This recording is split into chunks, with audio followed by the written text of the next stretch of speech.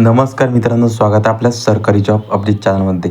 तर मित्रांनो, पोलीस भरतीची नवीन कट ऑफ लिस्ट आहे मित्रांनो, ते लागलेली आहे.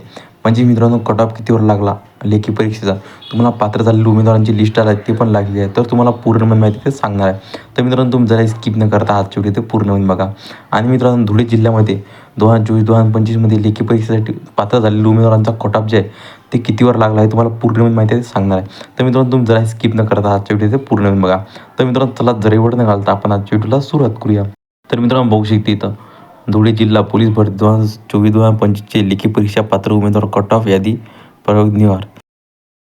सर्वसाधारण महिला खेळाडू प्रकल्प, भूकंपग्रस्त,